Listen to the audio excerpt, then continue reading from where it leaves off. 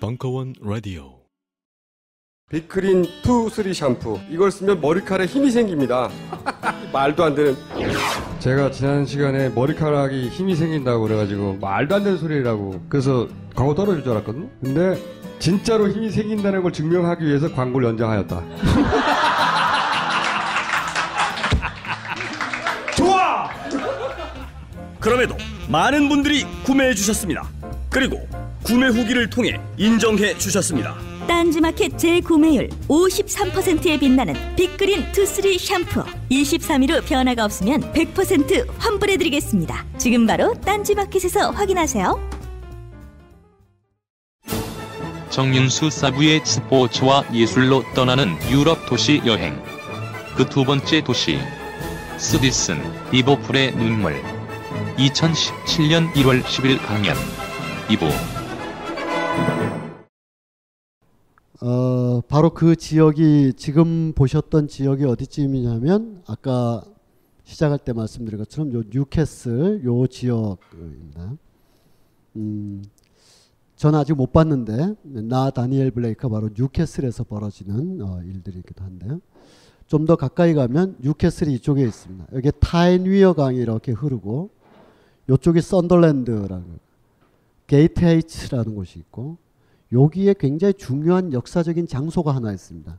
굉장히 작은 마을이에요. 그래서 작년 8월에 영국 축구와 역사를 살펴본다 해서 엄청난 사람들이 신청해서 다 아웃시키고 8명이 겨우 예산 맞춰서 갔는데 신청자가 8명밖에 안 돼서 오히려 좋았어요. 예. 10몇 명 넘으면 막 서로 싸우기도 하고 막 연분이 나기도 하고 막 통제가 안 되잖아요. 8명이니까 시야에 다 들어오잖아요. 그래서 저기까지 갔어요. 저 제로우라는 도시에 갔는데, 제로우는 도시라기보다는 우리로 치면 리 정도 되는 곳인데 요쯤에 있습니다. 여기 제로우라고 써있고, 이렇게 여기가 이제 이 반대편은 어디냐면 북해 지역이에요. 북해로 발트해. 그래서 한참 올라가면 지구가 둥그러니까 조금 더 올라가면 이제 노르웨이 지역으로 이렇게 나타나는 곳입니다.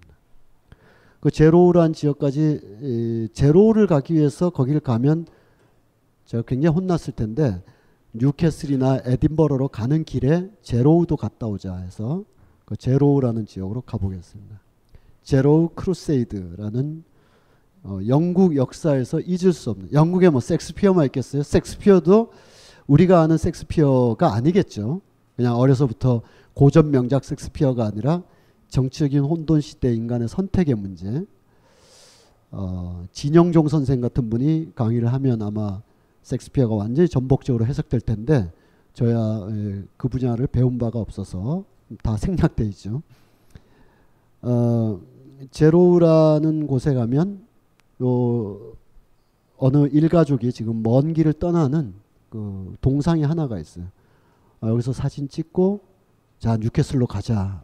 그랬더니 그 8명 일행이 여기 왜 왔냐라고 굉장한 컴플레인이 있었는데, 그러나 잘 1938년인가의 일인데, 제로우에 있는 작은 가족들이, 요 뒤에 보면 강아지도 한 마리 있어요. 얘는 물론 못 갔어요. 집에 묶어놓고 나머지 가족들이 쭉 떠났는데, 어디까지 갔냐면 런던까지 걸어갔어요. 런던까지 걸어가는데 480km를 걸어가면서 우리에게 일자리를 달라라는 행진을 하게 된 겁니다. 이 가족이 떠난다는 얘기를 듣고 제로우의 주변에 있는 이웃들이 나도 가자 해서 어느 가족이 떠났다는 소식을 라디오나 매체로 듣고 이 가족들, 혹은 이젠 점점 커졌죠. 뭐 한 15명, 20명 계속 걷는 겁니다. 그러자 그 이들이 지나가는 곳에 있는 주민들이 우리도 일자리 없기는 마찬가지인데, 그래서 막 참여를 하는 거예요. 그래서 수백 명이 걸어갑니다. 그래서 제로 크루세이드라고 굉장히 영국 역사에서 유명하게 남아있고, 이 일자리를 달라라는 것은 구걸하는 행위라기보다는 사회적 약속이 깨진 책임은 우리한테 있는 게 아니라 당신들한테 있다. 취업, 일자리 또는 생존권, 이런 것들은 기본적인 우리의 권리인데, 그 권리를 우리도 나름대로 하죠. 일하려고 하는 노력, 또 일에 대한 준비를 하기 위해서 대학도 다니고 취업도 막 하고 다 준비를 하는데 뭐 다른 외적 요소도 있겠지만 대개는 그 당시에 일자리 정책이나 노동 정책, 기업 정책이 잘못돼서 일자리가 없는 거 아니에요. 그러니까 권리가 되는 거죠. 일자리를 달라라고 하는 게. 그래서 구걸의 행위, 구걸의 행진이라기보다는 저항의 행진으로 이렇게 보셔야 됩니다. 행진을 여기 크루세이드, 여기 썬더랜드, 뉴캐슬, 여기가 크루세이드 시작된 제로우라는 해안 마을이거든요. 여기서부터 걸어서 쭉 갑니다. 목적지는 런던입니다. 이게 그 당시 굉장히 중요한 역사적 기억으로 남아있습니다. 점점 사람들이 늘어나고 피리 같은 걸 불면서 계속 불고 있죠. 앞에 선도하는 사람들이 계속 불고 있습니다. 영국의 주요 도시를 계속 관통해 가면서 이 노동자가 당연히 요구해야 될 권리를 행진을 통해서 보여주는.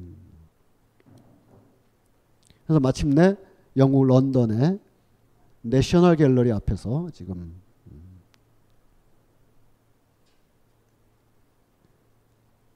그것에 대한 어떤 명판으로 이렇게 남아있기도 합니다. 이 장면은 바로 런던 올림픽의 아까 그 개막식 과정에서 제로 크루세이드를 재현해서 보여주는 겁니다. 그러니까 런던 올림픽이 갖는 개막식이 갖는 여러 의미들을 좀 볼 수가 있는 거죠. 그 지역 일대의 팀 중에 하나로 썬더랜드라고 있습니다. 경기장인데요. 경기장 이름이 여러 가지 이름이 있어요. 뭐 그 지역이라서 엠필드, 리버풀, 올드 트래포드, 맨체스터 이렇게도 있지만 이 경기장 증축하는 과정에서 거대 항공사나 보험사 또는 중동 오일머니가 돈을 댔기 때문에 뭐 이티하드 경기장, 에미레이츠 경기장 이렇게도 있는데 어떤 지역은 그걸 거부했다기보다는 그럴 기회가 없어서 오랫동안 그들이 쓰던 닉네임을 그대로 쓰는데 서더랜드의 그 이름은 스테디움 오브 라이트라는 빛, 라이트라는 여기서 빛은 어떤 추상적인 어떤 그런 희망 뭐 이런 빛이 아니라 광부들이 탄광갱도에 들어갈 때 머리에 쓰는 랜턴 그 빛을 의미합니다. 우리가 탄광 지역이다라는 것을 이 제로우에서 이쪽 그 썬더랜드에 와서 썬더랜드를 한 바퀴 돌고 여기에 그 빛의 경기장 스타디움 오브 라이트까지 이렇게 한 바퀴 돌 수 가자 8명의 멤버들이 굉장히 또 여길 왜 왔나 이런 그런 제멋대로 가는 거니까 그러니까 갔습니다. 낙후한 곳이죠. 네. 명소, 명소 하나 있어요.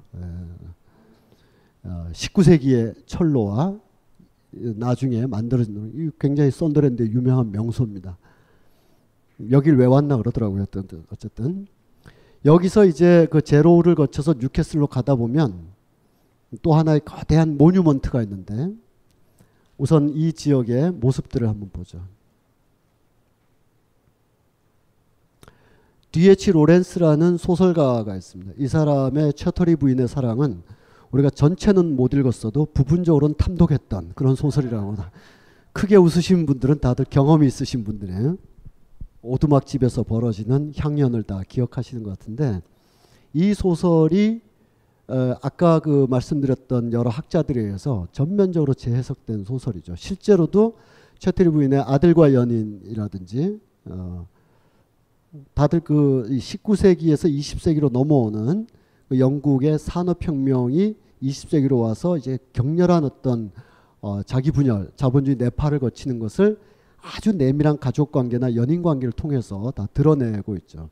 이 채터리 부인의 사랑의 시간적 배경은 한 1920년대고 공간적 배경은 바로 이 사람이 태어난 그 더비 카운티 그 지역의 탄광지대가 이 작품의 무대입니다.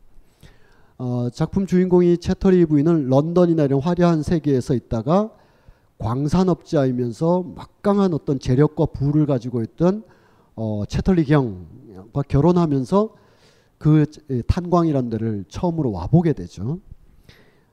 그리고 그 사람은 이제 2차 대전 때 자원 의용해서 나갔다가 다리에 큰 부상을 입고 휠체어에 앉아있는 신세가 돼서 돌아오게 돼서 그래서 그 채터리 경이 자기 탄광 지역을 내려다보면서 작품 초반부에 말하는 그 독백은 정말 붕괴되어가는 영국 상류층들의 자기 분열을 생생하게 보여주고 있습니다. 여기가 나의 신전이고 왕국이다. 그리고 막 저 갱도에서 막 나오는 광부들을 보면서 짐승 같은 녀석들이라고 표현하고, 저들에게는 두 가지 오락만 던져주면 언제든지 이 신전 지켜진다. 그 두 가지 오락이 뭐냐면 빵과 축구라고 말을 하고 있습니다. 소설에 보면. 저도 뭐 중3 때는 그런 문장을 못 봤고 오두막의 향연맘이 기억나는데, 나중에 다시 읽어보니까 그런 소설이자 그런 소설이 전혀 아닌 그런 작품이었습니다. 그리고 오두막에서는 어느 저 사람이 있는데 신체적으로 강건한 사람이죠. 원시적이고. 그래서 휠체어에 있는 남편과 그렇지 않은 애인 사이에서 이 클라렌스 채터리가 겪는 심리적인 묘사들이 바로 영국의 계급 모순들을 다 드러내는 그런 작품이라고 할 수가 있겠습니다. 글씨가 좀 작아서 안 보이실 텐데, 클리퍼드 채터리 경의 집에 이제 오게 됐어요. 여기서 묘사하고 있죠. 난 여기가 진짜 영국의 심장이다라고 자기가 지배하고 있는 그 영국 탄광지대에 그를 내려다보면서 뭐랄까 몰락해가는 어떤 곰좌에 앉아 있는 폐위될 왕의 신음소리처럼 쫙 얘기하는 장면이 있습니다. 여기에 이제 이 채터리 부인이 이 어떤 일로 작은 일을 처리하기 위해서 광산촌의 주택가를 거닐어 보게 됩니다. 거닐면서 묘사하는 장면들인데, 거의 어린아이들이 못 배우고 가난한 아이들이 학교에서 즐거운 어린이 노래라는 노래를 부르고 있는데 거의 짐승이 내는 소리처럼 자기에겐 들려왔다. 이 유한계급, 중산계급에 속해 있는 커니, 채터리 부인으로서는 이 무시무시하고 섬뜩한 이런 세계에 대해서 공포와 두려움을 막 느끼는 거죠. 바로 이 태버셔리라는 탄광지역, 여기 끔찍하고 고집스러운 곳,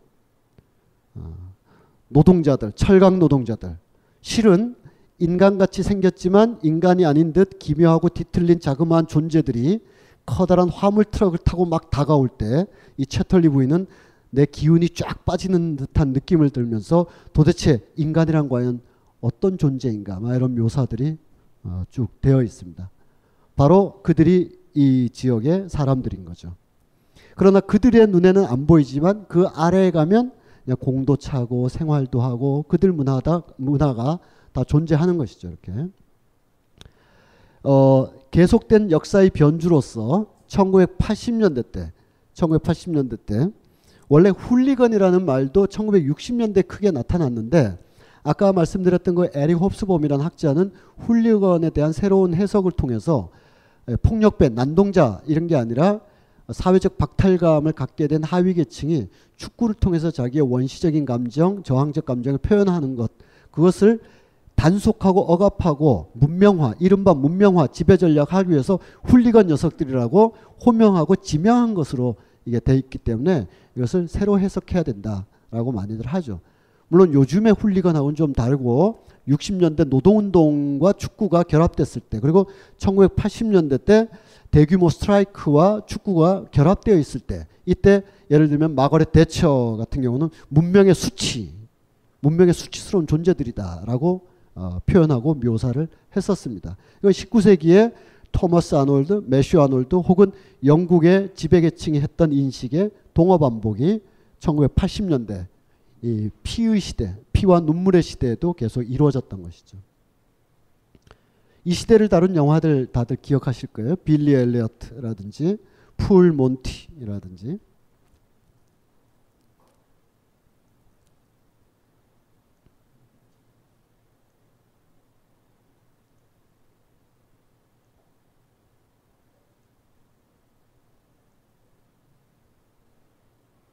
셰필드 지역에서 이 광산 노동자들과 연대하고 있는 이런 모습이고요. 이 특히 썬더랜드 지역은 영국 사회주의나 노동운동의 거점 지역인데, 예전에 혹시 8, 90년대에 그 국가론 이런 거를 무슨 이유로든 열심히 공부하셨던 분들이라면 거기에 이제 밀리번드라는 학자가 밥 제섭 그리고 랄프 밀리번드 이 두 사람이 1960년대 이후 서유럽 막스주의에서 격렬하게 논쟁이 됐던 현대 국가의 성격 문제에 서로 대척되는 그런 학자들이었어요. 이들이 그런 현대 국가의 지배적 속성과 개량적 속성에 대해서 막 치열한 논쟁을 했던 것은 그들이 영국의 막스주의자들이 잠정적으로 보기에 소비에트 사회에 대해서 어떻게 볼 것이냐. 그러니까 사회주의를 표방했으나 전제 독재 국가에 흡사한 이것이 우리가 지향해야 될 어떤 국가의 상태이냐. 혹은 국가가 스스로 조절해 가면서 개량적으로 흡수해낼 때 국가의 본질이 잊혀지고 그 안으로 흡수되는 어떤 저항의 힘을 어떻게 해석할 것이냐. 이런 등등의 논쟁이 있었는데 그 랄프 밀리밴드라는 사람은 네덜란드 사람으로 2차 대전 때 그 유태인이었어요. 그래서 네덜란드 지역도 유태인 박해가 굉장히 심해서 미리 피해가지고 영국의 털을 잡았는데 바로 썬더랜드 지역에서 털을 잡았어요. 이 랄프 밀리밴드가 아들 뭐 자식이 더 있는지 모르겠는데 아들 둘을 잘 키웠는데 얘네가 나중에 지금도 그렇습니다만 영국 노동당의 이 정치 리더들이죠. 과거에 토니 블레어나 이런 사람들이 정권을 잡았을 때 외교부 장관을 한다든지 노동당 당수가 된다든지 막 그랬어요. 그 중에 한 명이 썬더랜드의 이사회 부이사이기도 해요. 그래서 썬더랜드라는 팀, 썬더랜드와 노동운동의 역사, 썬더랜드와 마가렛 대처와의 갈등 이런 걸 보면 이 썬더랜드가 어지간한 팀이 아니구나. 이들이 특히 영국 노동운동의 근거지이자 영국 노동당의 리더들이 거기서 크게 활동하고 있었기 때문에 이 썬더랜드에서는 마가렛 대처 시절에 아주 강력한 투쟁을 많이 벌였어요. 그래서 마가렛 대처가 특히 이 썬더랜드에 대해서 문명의 수치라고 많이 묘사를 했었습니다. 그래서 그 썬더랜드라는 구단에 가면 경기장에 가면 정문에 이 아까 우리가 쭉 동상을 쭉 봤잖아요. 썬더랜드에도 물론 이 팀의 오래된 과거의 전설 같은 감독의 동상이 남쪽에 있지만 축구장은 서쪽이 정문입니다.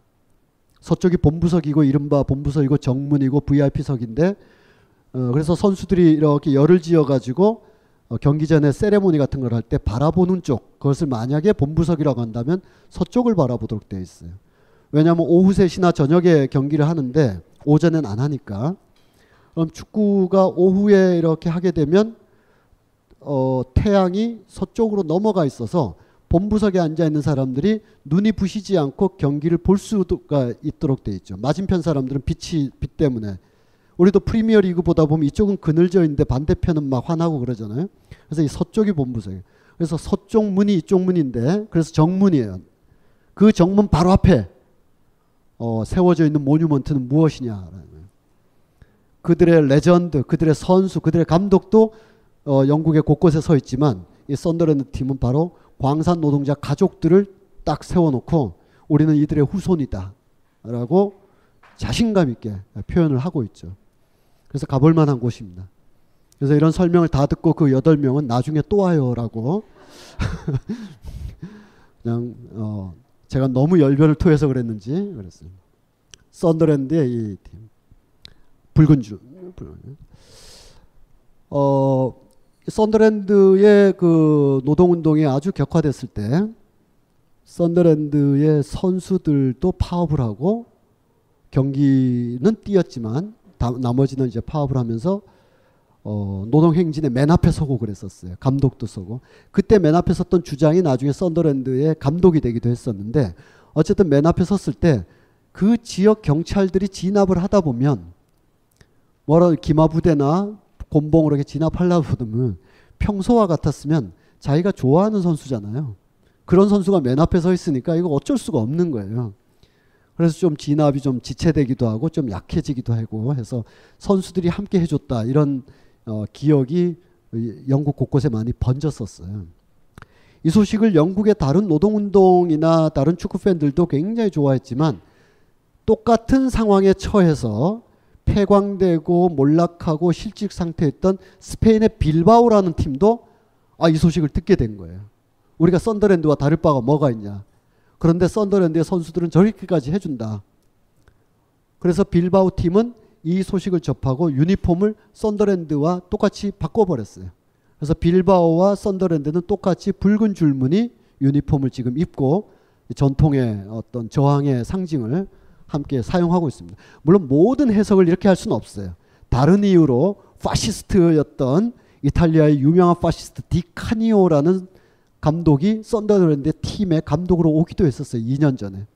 그때 썬더랜드의 일부 팬들과 아까 그 데이빗 밀리밴드, 랄프 밀리밴드라는 막스주의 학자의 아들, 과거 노동당 때 외교부 장관을 했던 이 사람은 디카니오라는 사람, 이 파시스트 무솔리니 추종자가 썬더랜드의 감독으로 온다는 건 내가 인정할 수가 없다 해서 사표를 던지기도 하고 그랬던 팀. 왼쪽이 이 옷을 입고 있는 빌바오라는 팀입니다. 빌바오, 스페인에. 지금 이렇게 모여 있는 것도 다 그런 이유로 모여 있는 건 아니라 그냥 불만이 있어서 모여 있을 수도 있는데 어쨌든 이 썬더랜드에서 뉴캐슬로 가는 사이에 요즘 도시재생이라는 문화운동이 곳곳에 있습니다. 도시재생. 서울시만 해도 박원순 시장이 드라이브를 걸고 있는 것 중에 하나가 무너뜨리고 새로 세운다 보다는 재생한다. 도시를 역사적 기억 위에서 우리가 얹어서 다시 살아간다. 이런 의미가 곳곳에서 벌어지고 있는데 그것이 단순히 표피적으로 오래된 건축물 없애기보단 다시 써보자. 이런 기능주의뿐만 아니라 그 속에 있었던 사람들의 집합적 기억이 그 모뉴먼트의 철거에 의해서 사라지기 때문에 그 역사적 또는 집합적 기억을 해석하고 그 기반 위에서 우리가 새로운 삶을 살아간다. 이런 좀 더 정치적인 의미까지 포함된 도시재생이라고 해야 될 텐데 그 도시재생 가장 모범적인 사례가 썬더랜드와 뉴캐슬 사이에 있는 게이츠 헤이트라는 작은 도시예요.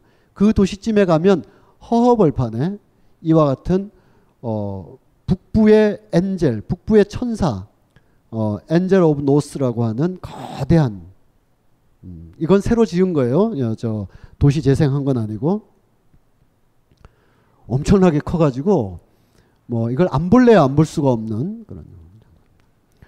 그 뒤에 축구장이 있어가지고 여기서 그 8명이 4대4로 나눠가지고 여기 다 사용하지 못하고 8명 중에 5명은 축구를 너무 좋아하는 청년들이었기 때문에 여기서 축구도 하고 그랬습니다. 가서 보면 이 그 폐광과 실직의 위기를 넘어서서 다시 한번 어떻게든 살아보려고 하는 이 공업지대 사람들의 의지가 담겨 있습니다. 뭐 이 사진은 제가 구글에서 가져온 거고 이거는 제가 여름에 이제 본 겁니다. 근데 이렇게 묘사된다고 해서 야, 그 지역이 정말 어떤 정서적 연대 이런 것도 있을 수 있겠지만 또 실제 삶과 해석은 굉장히 복잡한 거라 작년 초반 2016년 초반 세계사를 뒤흔들었던 영국의 브렉시트라는 문제가 있었죠. 이를테면 영국의 자유주의를 대표하는 리더, 펑크 문화와 자유주의를 대표하는 비비안 웨스트우드 같은 분은 브렉시트에 반대하면서 유럽에 남아 있어야 된다. 그리고 대부분의 노동당이나 또 지금 노동당 당수요, 코빈 이런 사람들도 다 그렇게 했는데 결국 영국이 유럽에서 이제 탈퇴하는 브렉시트가 벌어졌어요. 그걸 어떻게 해석해야 되는가는 우리가 더 찾아보기로 하고 특히 이쪽 지역 뉴캐슬 특히 썬더랜드 지역에서 가장 높은 표가 나왔어요.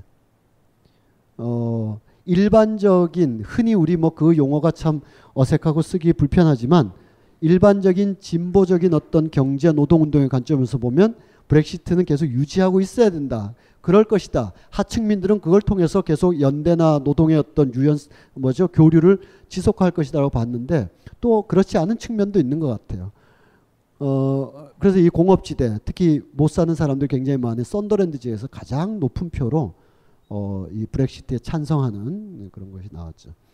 여러 가지 해석이 필요해서 그것을 찬반으로만 우리의 또 8,500km 떨어져 있는 우리의 입장에서 왜 탈퇴하고 그러지? 라고 쉽게 말할 수 없는 어떤 복잡성이 있을 것 같습니다. 이 지역을 지나면 이제 왼쪽이 게이츠 헤이트, 오른쪽이 뉴캐슬. 뉴캐슬의 세인트 제임스 파크라는 경기장이고 뉴캐슬의 노동자들 뉴캐슬의 축구 팬들, 축구는 나의 종교이고 세인트 제임스 파크는 나의 교회다. 심한 거죠. 그 앞에 있는 바비 롭슨의 동상 등. 지금 상영되고 있는 다니엘 브레이크의 무대라고 할 수가 있습니다. 이런 전반적인 조건들 속에서 이제 영국의 새로운 모색들 두 가지만 크게 보면 90년대 중반에 토니 블레어라는 사람이 등장해서 쿨 브리타니아 운동을 펼쳤습니다. 쿨 브리타니아. 역동적인, 시원한 이런 것보다는 역동적인, 진취적인, 젊은, 에너지가 넘치는 그런 영국을 만들자. 아마 이 정책이 우리까지 오는 데는 한 5, 6년 이상 더 걸렸을 것 같습니다. 왜냐하면 90년대 중후반만 해도 그 당시 제가 이 문화 연구를 하거나 쓰거나 봤을 때는 그래도 어쨌든 참조되는 것은 대개 미국에서 많이 건너왔는데 그러는 중에도 이제 영국은 쿨 브리타니아 운동을 계속 전개했었고 21세기 들어서면서 영국에서 새로운 소식들이 들어오는 거죠. 거기에 젊은 미술가들, 데미안 허스트를 비롯한 우리 알렉산더 맥킨 같은 사람의 패션 같은 게 막 영국의 음악들도 막 새롭게 노쇠하고 늙었고 전통이나 이렇게 유지할 줄 알았던 영국이 상당히 신성한 신선한 힘을 보여주게 됐습니다. 그걸 쿨 브리타니아 운동이라고 하고 런던이나 이런 데 가면 이런 기념품 샵들이 막 잔뜩 깔려 있죠. 쿨 브리타니아를 대표하는 스파이스 걸스, 역시 또 쿨 브리타니아를 대표하는 축구스타 아이콘 데이빗 베컴. 그러니까 80년대 노동운동의 시대, 노동자들이 굉장히 거칠고 그랬지만 속은 한없이 여리고 여럿이 뭉치면 강한 힘을 가지고 있었지만 혼자가 되면 어쩔 줄을 몰라 했던 걸 80년대 처절한 시대 때 축구스타 아이콘은 바로 이런 선수였습니다. 폴 게스코인 같은 선수였어요. 아까 그 영화 잠깐 보신 것처럼 그 영화 잠깐 봤던 소년들이 80년대쯤 되면 5, 60대가 돼서 이런 자기 동네의 친구 같은 자기 동네에 그런 막 가난한 동네에서 성장해서 축구 하나로 이제 슈퍼스타가 된. 그래서 경기 마치고 나오면 동네 펍에 와서 한 잔 막 돌리고 이런. 영국에 가니까 베컴 같은 사람은 거의 안 보이고 되게 이런 사람들인데 지금은 이렇게 좀 돼서 길거리에서 뭘 줍기도 했다라고 해가지고 이 폴 게스코인을 기억하는 팬들은 너무 좀 안쓰럽게 여기는 거예요. 이 개인적인 안쓰러움은 떠나서 어쨌든 80년대 내지 프리미어리그가 본격적으로 출범했던 93년 내외 전까지는 영국하면 막 하드볼도 하고 거칠고 킥앤러시고 이런 문화가 영국의 사회 문화이기도 하고 대처 시절이잖아요. 격렬했잖아요. 노동운동이 막 아주 굉장히 극단적인 상황까지 총만 안 들었지 거의 뭐 시가전을 방불케 하던 그런 시절이라 그런 감정이 그대로 축구장에서도 이런 거칠고 야성적인 문화로 존재했었어요. 그러나 쿨 브리타니아가 되고 프리미어 리그가 정착하고 경기장에서의 그 사건 사고들도 너무 많이 나고 마가렛 대처가 확 눌러버리고 해서 축구장이 온순해지기 시작했어요. 그래서 요즘이 겨울이잖아요. 요즘 프리미어 리그 경기를 이렇게 중계하는 걸 보면 맞은편에 다 검은 인형처럼 쭉 앉아 있죠. 그 전까지는 양측은 물론이고 중간에 어느 좌석도 정해진 좌석이 없었어요. 그냥 일찍 가면 막 보고 막 스탠드가 길게 있어서 뭐 10명쯤 앉아야 맞는데 막 15명씩 막 서가지고 막 보고 그랬는데 전원 지정 좌석제로 다 만들고 특별한 뭐 골이 났다든지 뭐 반칙이 발생했다든지 아니면 무조건 앉아 있도록 했어요. 그리고 큰 깃발은 절대 못 갖게 들어오게는. 독일 축구 뭐 바이에른 뮌헨이나 이런 경기를 보면 막 걸게 우리 광화문에 나갈 때 뭐 이렇게 드는 거 있잖아요. 이런 거 있잖아요. 엄청난 깃발들. 그런 거 축구장에 막 갖고 와서 휘두르거든요. 영국은 절대 금지예요. 그래서 이렇게 종이에서 펴는 거 이런 종이 팻말, 손팻말 정도만 허락되지 길다란 거 장우산도 못 갖고 들어가요. 일체 못 갖고 들어가도록 하고 대신 쾌적하고 안락해지면서 가격이 쫙 올라가게 돼요. 그래서 4인 가족이 축구를 비교적 괜찮은 좌석에서 보고 저녁 한 끼 먹고 축구장 안에서 콜라라도 마신다. 그러면 1인당 한 15에서 20만 원 정도 들어요. 4인 가정이면 60만 원 정도 되고 한 달에 홈 경기 2번만 봐도 120만 원을 써야 돼요. 물론 이제 여러 가지 연간 할인 뭐 이런 게 있지만 그냥 대체로 한 달에 2번 홈 경기 2번이 뭐예요? 한 4번 이상 하는데 여러 타이틀이 걸린 경기를 하니까 그러니까 어떻게 되겠습니까? 중산층이 아니면 경기장에 못 들어가는 상황이 생기는 거예요. 자연스럽게 중산층이 미국에 가면 미시건이라는 도시가 있는데 미시건에서는 똑같은 햄버거 이게 프랜차이즈가 아닌 이상 슈퍼나 일반 식당에서 음식값이 굉장히 높습니다. 된장찌개 하나에 15,000원 정도 해요. 미시건에 가면. 거의 된장찌개를 예로 든 거예요. 예로 드는데. 그런데 미시건 주민들은 그걸 굉장히 편안하게 여겨요. 그래야 가난한 사람들이 못 들어오니까. 가난한 사람들이 못 들어오도록 인위적으로 할 수는 없거든요. 근데 고물가 정책을 일부러 써버린 거예요. 우리한테 뭐 별 문제가 아니니까. 하지만 가난한 사람들은 여기 와서 된장찌개 하나 먹기도 힘든 거예요. 그래서 미시건 안으로는 그 중산층 집단 지구로는 안 들어오는 거죠. 그것처럼 프리미어 리그도 비싸지면서 구석에 3층에 또는 원정팀 경기에 이런 정도가 이제 5만 원에서 8만 원 내지는 나머지는 다 이제 15만 원에서 최대 30만 원까지 하기 때문에 4인 가족이 여유 있게 가서 못 봐요. 중산층 나머지 사람들은 다 펍에 가서 소리 지르고 이렇게 하죠.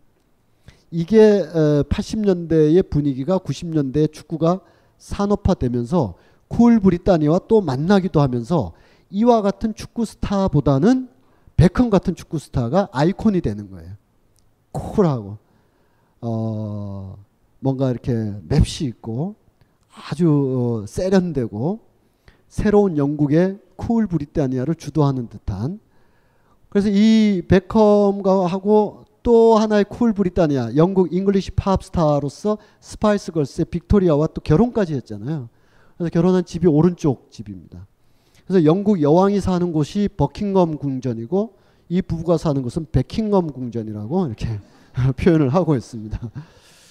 뭐 베컴의 문제는 아니죠. 뭐 그렇게 신이 그렇게 잘못 태어나게 한 걸 뭐 우리가 뭐라고 할 수는 없는데 어쨌든 한 시대의 축구 스타나 연예인 스타가 하나의 아이콘이 된다는 것은 그냥 외모상의 문제라기보다는 영국이 어떤 상태로 가고 있느냐. 격렬했던 노동운동의 시대의 폴 게스코인과 쿨 브리타니아 시대의 데이비 베컴을 비교해서 볼 수가 있을 것 같습니다. 그런데 지금 바로 아까 런던 올림픽 얘기도 했고 영국의 새로운 문화운동도 쭉 얘기했는데 그걸 주도하고 있는 사람들이 정책으로 주도하고 있건 실제로 작품을 하면서 주도하고 있건 간에 그 주도하던 사람들이 다 7, 80년대 생이잖아요.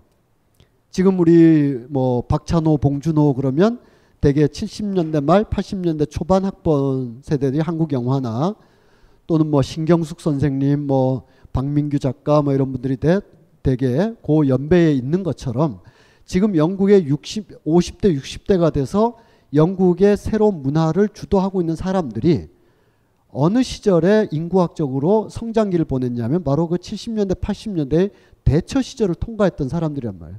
대처 시절의 문화적 저항 어떤 의미로든 이게 감각적으로 싫었든 아니면 이론적으로 막수주의적인 어떤 영향에 의해서 돌파해내고자 했던 간에 그 시절에 자기 시대 자기 성장기를 보냈던 사람들이 이런저런 인생의 여러 과정 속에서 지금 영국의 문화를 결정하거나 주도할 수 있는 연령대가 되면서 이들이 쿨 브리타니아 노동당이 이끌었죠. 보수당이 아니라 그 노동당이 이끈 정책과 함께 맞물리면서 21세기의 영국의 새로운 여러 가지 문화를 만들어내고 그 과정 속에 있었던 영화 감독 즉 7, 80년대에 스코틀랜드에서 버림받고 막 혼나고 그랬던 학창시절의 추억을 가지면서 영화라는 무기를 통해서 세계를 전복적으로 해석하고자 했던 데니 보일 감독이 있죠. 데니 보일 감독의 영화가 트레인스포팅이라고 하는 영화가 있죠. 그 바로 데니 보일 감독이 우리가 쭉 언급했었던 런던 올림픽의 연출자란 말이죠.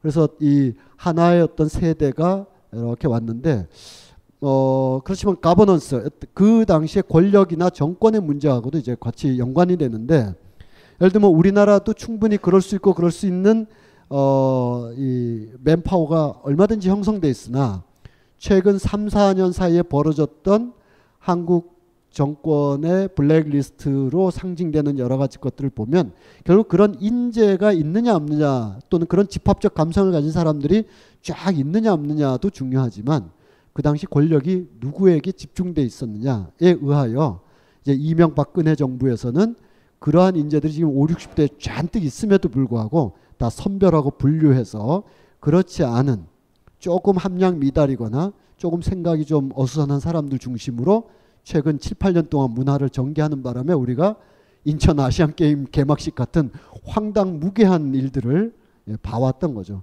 그래서 여러 상황들이 농축돼서 만들어진 귀결이겠지만 결국 그 상황의 핵심 코어에는 권력의 성격 문제가 본질적으로 존재할 수 있다고 봅니다. 하여튼 그 시절 7, 80년대의 문화의 힘들을 보고 있습니다. 여기 이 비비안 웨스트우드 이 오른쪽에 있는 분이죠.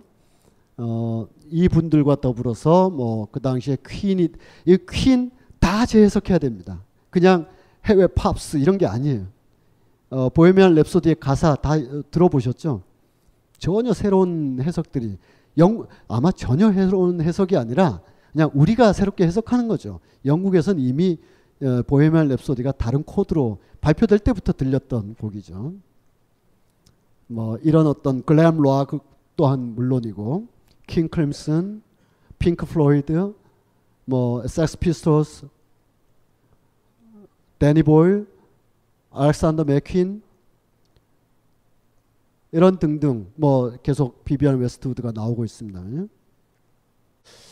우리 결론으로 좀 가면 리버풀 얘기로 이제 마무리를 해보도록 하겠습니다. 9시 15분이 거의 돼가고 있어서 앞 시간에 제가 리버풀의 You Don't Walk Never 뭐죠? 하여튼 당신은 혼자 걷지 않으리라는 것이 단지 축구장에서 이렇게 벌어지는 그런 행사만은 아니다. 어떤 의미가 있다.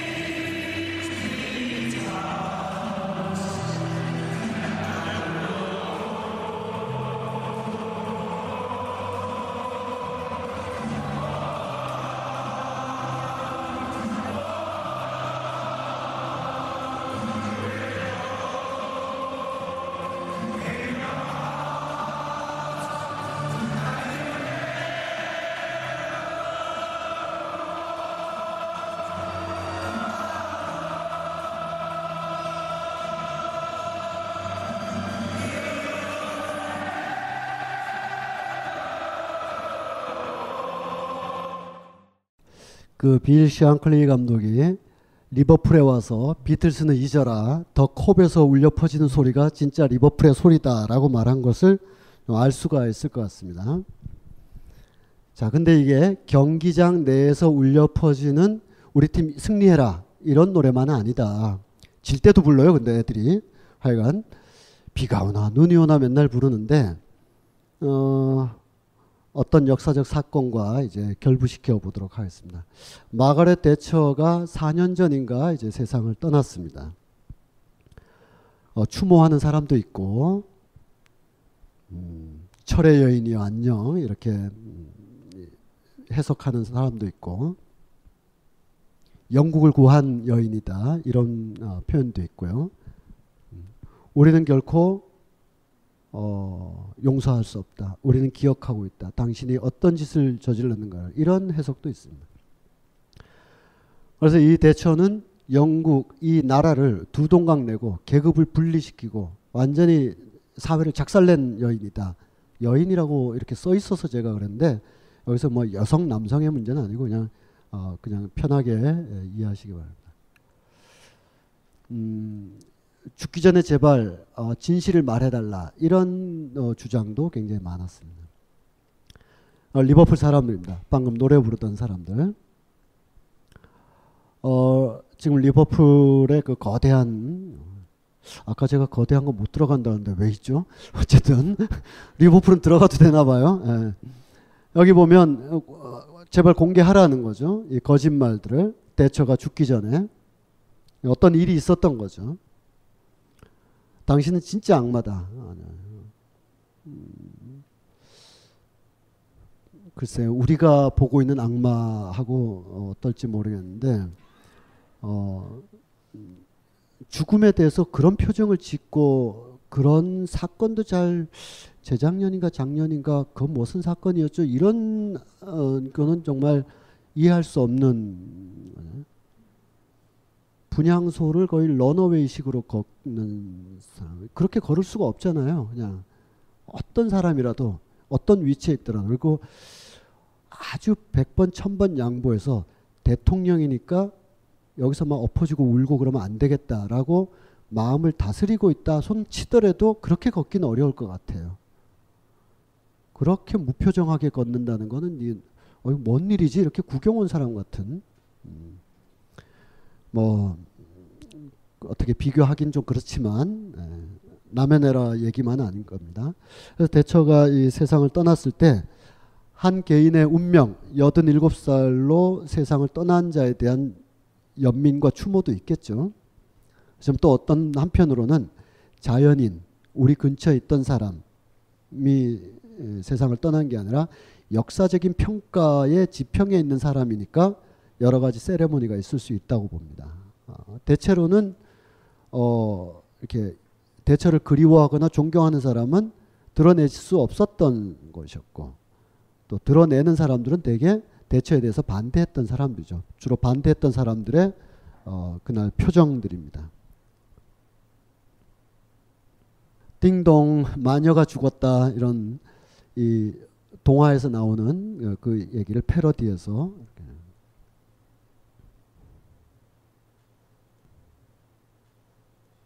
영국은 이렇게 찬반이 뜨겁거나 실제로 민심은 굉장히 반대적이었는데 우리나라는 뭔 짓을 해도 성공하면 위인이 되는 나라라 이렇게 막 이 네이버 바보 같은 애들 아니에요? 이 반대말을 써야 된다라는 뜻이 아니라 이렇게 쉽게 훅 할 수 있는 얘기가 아니거든요. 영국에서도 지금 영국 사람들도 제가 이 화면만 보여드려서 그렇지 사실은 뜨겁게 대처가 남긴 유산이 뭐냐라고 막 논쟁할 수 있고 그 사람 때문에 우리가 잘왔냐 잘못왔냐 막 이렇게 할 수 있는 분위기인데 그냥 위인 죽었다. 이 편집자 이 우스꽝스러운 사람 아니에요 이거? 뭐 말할 것도 없는 내용이고 죽기 전에 이미 오래전부터 우리나라 위인전에 보면 다 수록돼 있어요. 세탁소집 뭐 태어나 뭐 불굴의 의지로 뭐 남성 사회에서 유리천정을 깨고 이렇게 막 묘사되어 있겠죠. 그러니까 그럴 수 있는 분야와 사람이 있고 공적 행위를 한 사람은 그걸 따로 떼어내서 공적인 평가를 해야 되는 것인데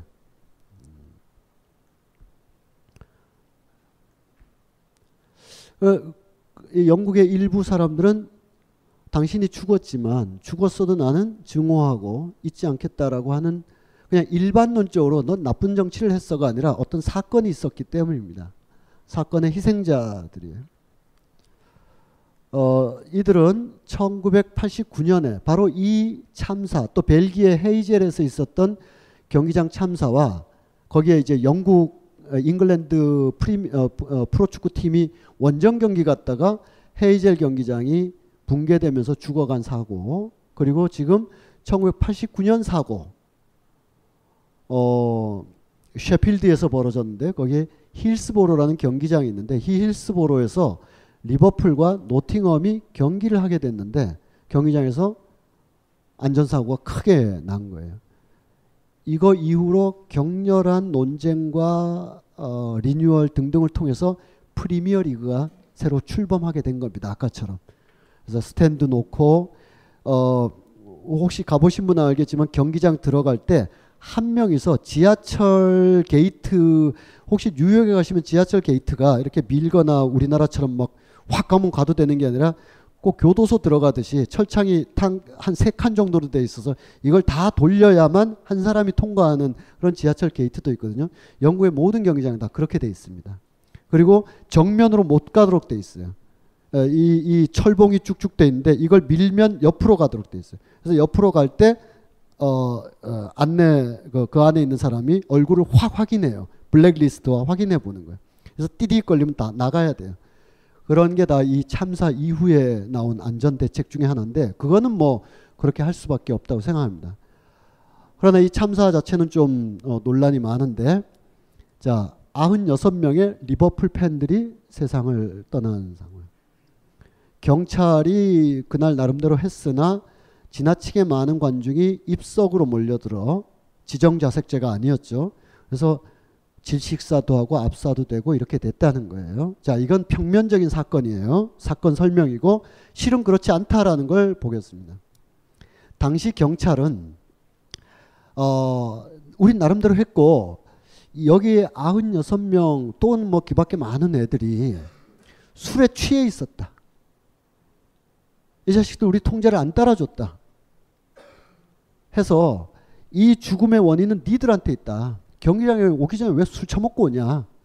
거의 막 옛날부터 19세기부터 매슈 아놀드나 이런 사람들이 얘기했다. 이게 야만적이고 집단적인 행위 이런 거 하지 말라고. 축구장에서 오면 정서수 나와 스트레스 해소만 해야지. 막 몰려다니고 이런 거 야만적이라고 영국이 100년 동안 얘기해왔는데 재현된 거 봐라 이 자식들아. 니들은 통제도 안 따랐고 술도 취했고 막 서로 막 밀치고 막 좋은 자리 입석이니까 먼저 가는 사람이 임자니까 그렇게 이 팬들이 스스로의 어떤 그 과잉된 열기에 의해서 사고가 발생했다로 일단 정리가 됐었어요. 그러나 유족들이 아니다. 우리의 술에 입에도 안 된다. 그날 내 근처에 있었는데 술 냄새 안 났다. 등등 많은 증언들이 막 나오면서 이것에 대한 재조사, 진상규명 이것을 요구한 겁니다. 그 요구가 유가족들은 처음에 유가족 그러면 온 세상의 모든 유가족과 지금 우리나라의 유가족을 다 포함해서 초기의 유가족들은 다 약간의 측은함과 쓸쓸함과 이런 것이지만 일정 시기가 지나면 그런다고 죽은 아들 돌아오나부터 해서 여러 가지 모멸을 당하게 되죠. 그 애가 원래 술 좀 좋아하던 것 같던데 부터 해서 그걸 견뎌내는 세월이 26년이 걸리는 겁니다. 그 세월 동안 리버풀 팬들은 당신은 혼자 걷지 않으리를 경기장에서 일부러 부르는 겁니다. 기억한다 우리는. 그 과정이 계속돼서 판결이 마침내 있어서 경찰의 잘못이다 라는 게 몇 해 전에 이제 나오게 됐습니다. 여기가 그 사고가 나던 날의 현장의 모습입니다. 대처가 왔어요. 내가 이러길래 축구는 문명의 수치라고 하지 않냐. 정서순화와 스트레스 해소만 해야 되는 거고 이 컬처 아나키 못 봤냐 이거. 이 하층민들 이래서 안 돼. 의 차원에서 런어웨이를 한 바퀴 걷고 갔습니다. 그리고 피에 젖은 그라운드를 리뉴얼로 다 덮어버렸다라는 카툰이 되겠죠. 그 당시 압사 현장인데 생생한 그 현장에 수천 명이 있었고 많은 사진 자료들이 보여주다시피 일단 사고가 나는 그 상황은 여러 이유가 있었겠지만 사고가 발생하고 그 이후에 몇 분 동안은 정말 너 죽고 나 살자가 아니라 서로 어떻게든 한 명이라도 더 살리고 한 명이라도 하기 위해서 어마어마한 노력들을 서로 그 순간적으로 막 하고 있는 거죠. 우리가 기억하는 많은 일들처럼 하는데 경찰은 잘 안 보여요. 경찰은 잘 안 보이고 오히려 여기 있는 사람들이 리버풀 팬들이 원정 왔지만 리버풀 팬들이 어떻게든 한 명이라도 하는 모습들이 다 있는 거죠.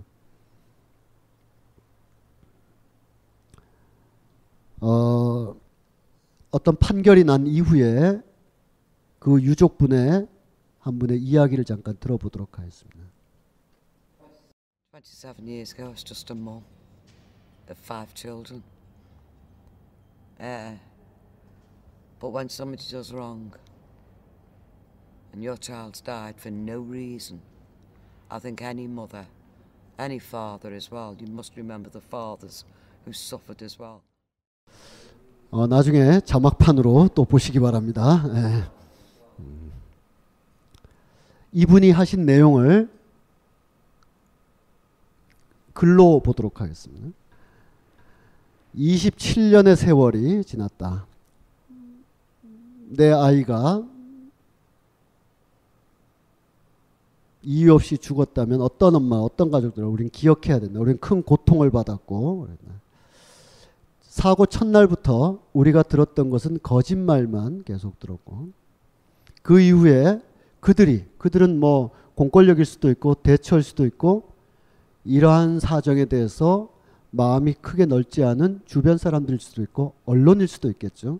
그들은 계속해서 우리를 거짓말하고 우리에게 모욕감을 주고, 그럴수록 우리는 강해졌고, 우리를 대하는 그들의 방식 모두가 다 축구 팬들의 잘못이라고 하는 거, 우리를 했는데, 우리는 우리 아이를 믿었고 우리 아이가 그럴 리가 없다 라고 믿으면서 끊임없이 긴 여정 27년의 세월을 보냈다. 아까 그 마가렛 에스피널이라는 여인의 육성 인터뷰입니다. 마침내 대법원까지 올라간 판결입니다. 저스티스를 기다리고 있는 이 사람들, 리버풀 팬들이 법원의 최종 결정을 지금 기다리고 있는 거예요. 법원의 물론 최종 결정은 이건 경찰의 문제가 있고 당시 정부의 문제가 있으니까 전면적인 재수사 처음부터 다시 하라라는 결정이 나느냐 안 나느냐 하는 날의 상황입니다. 그리고 이들이 초조하게 기다리고, 아까 그 부인이죠. 초조하게 기다리고 있고 또 이 부인도 기억하시기 바라고요. 그리고 잠시 후에 결정이 났어요. 전 세계에 어떤 이유로든 유가족이라는 이름으로 살고 있는 사람들에게 그래 27년도 누군가는 기다렸다라고 할 만한 어떤 장면이라고 할 수가 있겠습니다. 그제서야 리버풀 팬들은 바로 그 더 컵의 가장 중요한 스탠드 자리에 We are not English. 그래 우린 런던 애들, 대처 애들 이런 애들이 저 자식들은 영국의 수치다. 영국의 야만이다. 라고 얘기했던 바로 그 대목인 겁니다. 그래 우린 그런 의미의 영국인은 아니다. 그래. 우리 잉글랜드 사람 안 할 거다.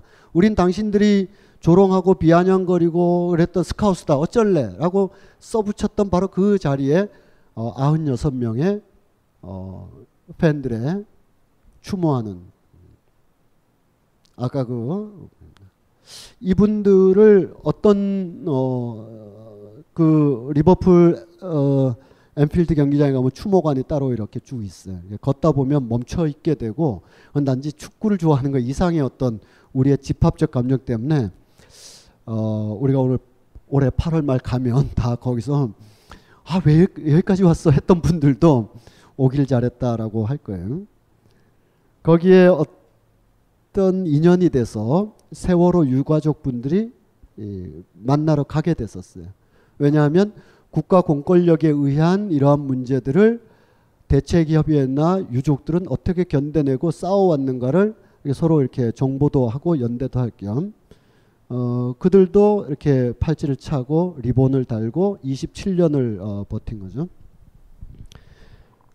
그분들이 이쪽 직접 친필로 방금 보았었던 분들이 이렇게 편지를 세월호 유가족 분들에게 당신들이 유가족이라는 이름으로 그 슬픔의 이름으로 진실을 찾기 위해서 싸우고 있다는 사실에 우리는 또한 슬퍼지고 또한 공감을 하게 된다.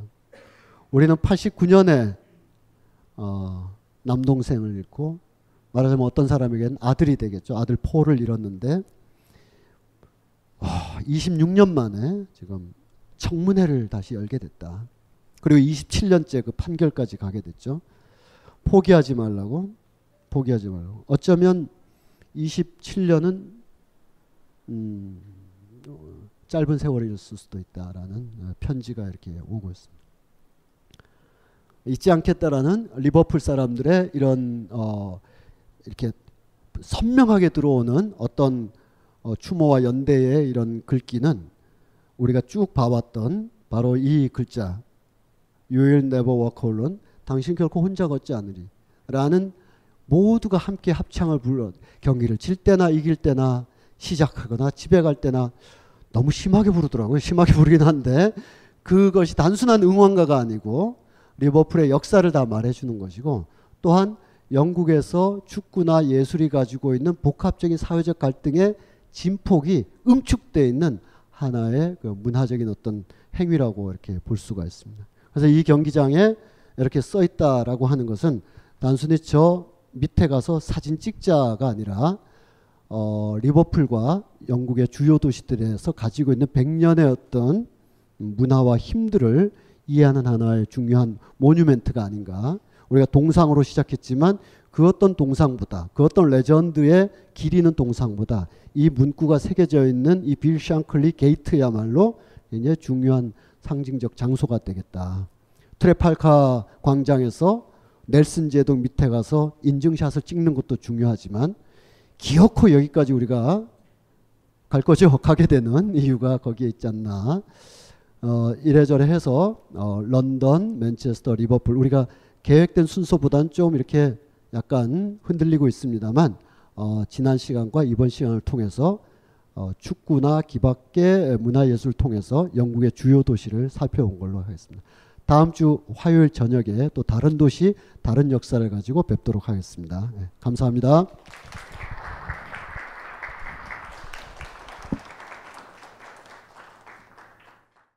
안녕하세요. 용산에서 가장 믿음 가는 조립 PC 전문 업체 컴스테이션의 이경식입니다. 당장이라도 사용하고 있는 컴퓨터를 들어다 던지고 싶을 때 그럴 때를 대비해 저희 컴스테이션이 용산 선인상가 21동 1층 130호에서 기다리고 있습니다. IT 강국에 걸맞게 믿을만한 조립 PC 컴스테이션이 신뢰를 바탕으로 그 기회를 제공해드리겠습니다. 궁금하신 점은 문의 주십시오. 011-892-5568번입니다. 우주 최강의 만족스러운 서비스를 제공해드리는 저희 컴스테이션이 늘 기다리고 있겠습니다. 딴지스에게 F1 같은 존재, 컴스테이션은 조용한 형제들과 함께합니다.